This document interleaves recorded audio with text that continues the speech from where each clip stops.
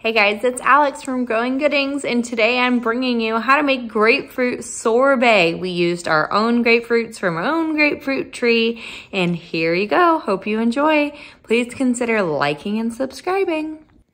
So to start out, we picked basically all our grapefruit off of our grapefruit tree. I can't tell you the exact amount, but the kids brought in 5 grocery bags filled with grapefruit, and these are yummy, sweet grapefruit from our front yard, and they're so amazing. So we started with literally juicing them. I didn't know how much I was going to be juicing, but I decided to do like 3 grocery bags full, which was a lot of juicing. Definitely next year, I will probably buy an electric juicer just because I only had this one cute little tiny Pioneer Woman juicer where you hand juice just one at a time, and then the rest of us just squeezed out as much as possible. And oh my gosh, this stuff tastes so good. It is way better than anybody's grapefruit juice anywhere else. So we strained it and make sure we didn't have any pulp, and I filled some quart jars full of the grapefruit juice. And I wanted to make sure that I had no pulp personally, even though Matt said that it probably would have tasted great with pulp in it. But this is how I chose to do it. And so I used our like mesh metal strainer here and a funnel to help get it into our jars easier. And everyone just happily drank and ate all the leftover grapefruit juice.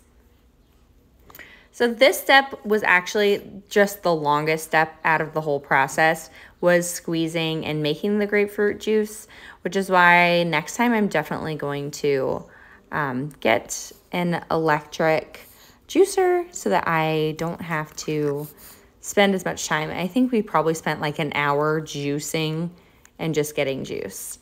And so because we were like juicing by hand, I made sure to put a big mesh colander here so that we could catch all the seeds and stuff and just have way less buildup. And like, Emberly, look at these muscles. She did a really good job getting all the juice out in that one tiny juicer. And this is definitely an activity that you can do with your kids. I had all the kids, basically 4 and up, were helping with this. The boys were just not interested, but I was actually surprised at like how great it was at working those muscles in the hand, which is really wonderful for our 4-year-olds because making those hand muscles stronger is what's going to help them in writing and doing a lot of other fine motor skills.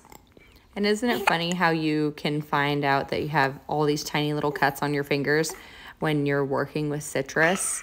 My hands hurt so bad afterwards just because at the cuticle there were so many little cuts. But look how great these little ones are doing. One thing, they were like, we need more bowls, Mom. We need more bowls. But we got it all done, and we really did get as much of the grapefruit juice out as possible. Luckily, we did have that extra bulk amount of grapefruit. So really, even if we could have gotten more out, we did a good job for our first try. And then one thing that I tried to like do that I don't know if it was fruitful, but I tried to squeeze as much juice out of the pulp too. So here I got a full gallon of grapefruit juice, and then we actually got a whole nother quart. So I just had Emmy close them up and put the lids on so that we could put it away for now because we're moving on to the next step. So the next step in this is actually getting water into a pot and sugar into a pot and creating like a little sugar water here, because that sugar water is what's going to kind of give the sorbet a little more flavor like typically would have on sorbet. and a better consistency. So you just heated it until it was dissolved, and then I poured in a quart of fresh squeezed grapefruit juice and gave that a stir for just a bit, and didn't need it to be really on the stove long. And I put it straight into the fridge and then let it cool for at least an hour. In the meantime, we gathered all of these wonderful grapefruit peels and we headed out to our animals because we kind of have no waste here. Either the chickens will eat some of our scraps or our goats and pigs. So we gave a whole bowl to the chickens, which they absolutely loved. And then we grabbed the rest of our grapefruit peels and we decided to give it to our pigs and goats. So instead of walking all the way to the back, we just went to our back wall here and climbed up and dumped it over to them. There's Daisy already snacking away. And there comes the next part is the most important part. You need to have an ice cream maker. And this is a Cuisinart one that I got a while back. You have to make sure that the base is frozen for at least 24 hours. Turn it on and then add your mixture here into the ice cream maker. And it took about 45 minutes of it being on for it to get to kind of a slushy and then into like a light, kind of softer sorbet consistency. Once it kind of really was formed like it is here, I added it to a container and then put it into the freezer so that it could solidify. I wanted it to be a little more solid before I served it for dessert for everybody.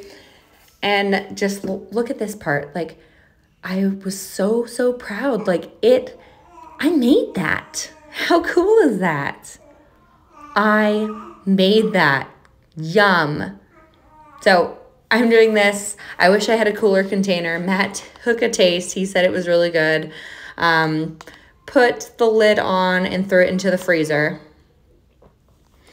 And then took it out maybe an hour or so later and let everybody have a try that was awake. The boys went to bed and it turned out fantastic. All right, that's it. That's how we make grapefruit sorbet. I hope you enjoyed. I'll leave the recipe down in the description. If you're not already following along with us on Instagram, you can see my link to my Instagram down below as well. And that's it. Have a great day, guys. Bye.